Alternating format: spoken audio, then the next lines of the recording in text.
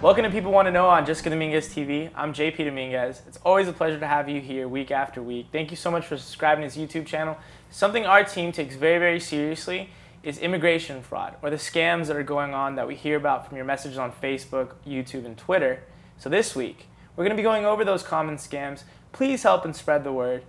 Like every week, I have my mother, Attorney Jessica Dominguez. Thank you so much for being here. It's been a while, right?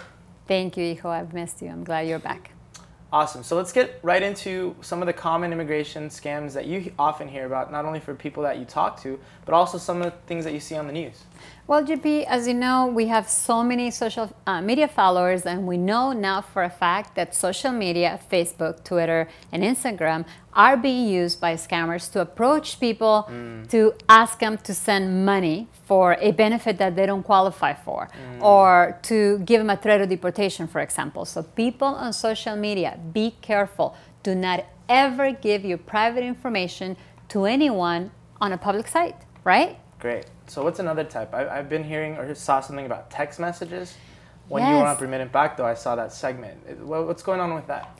Well, GP, we have heard from people that have actually received a text from a so-called company asking them to return a call. And when they do, they hear a message that sounds just like the U.S. Citizenship and Immigration Services, or as if they were calling ICE, for example. Now, is it an automated message or is it an actual person? It's an automatic message. And sometimes it's even a message from an attorney's office. And once they tell you to hold, a person comes to the phone and tells you, you need to send me this much money because we know that you're undocumented, and if you don't send this money, we're going to have the authorities deport you.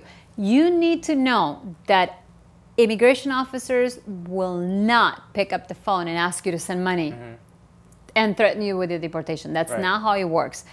There should not be anyone out there sending money just because they received a threat via text or via a phone call. Right. And are these calls being made in English or Spanish? Both. Yeah, most of the time, the complaints that we have received are that someone comes to the phone and talks to them in Spanish, but yet the messages, for example, like the U.S. Citizenship and Immigration Services message that they play is in English. So once the person calls back, they're scared because they think, oh, this is Citizenship and Immigration Services. Great. So social media, text, phone calls. What's another one?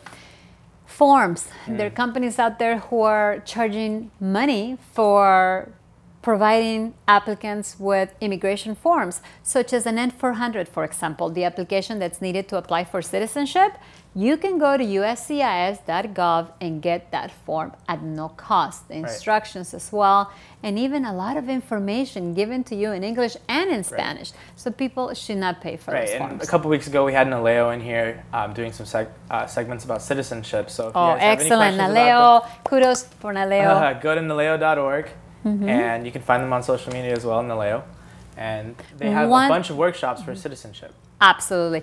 And one more way. We have also heard that so many people are getting calls from companies that are selling them books for a cost based on the fact that if they buy these books to learn English, in the future, the company is going to help them qualify for comprehensive immigration reform or for any new immigration law.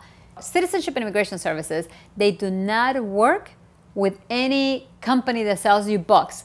There's no amount of books in the world that you can buy to get quicker legal permanent residency in the country. So be careful with that. So just make sure that if a company that seems kind of weird, you've never heard of before, that's selling these type of products, to not fall for that type of scam. Not only that, GP, but what we have heard is that so many people are buying them, and after they do not continue with the payments, they get phone calls from this so-called companies that work with the government, which they don't, threatening these families with deportation if they don't make their payments. Wow.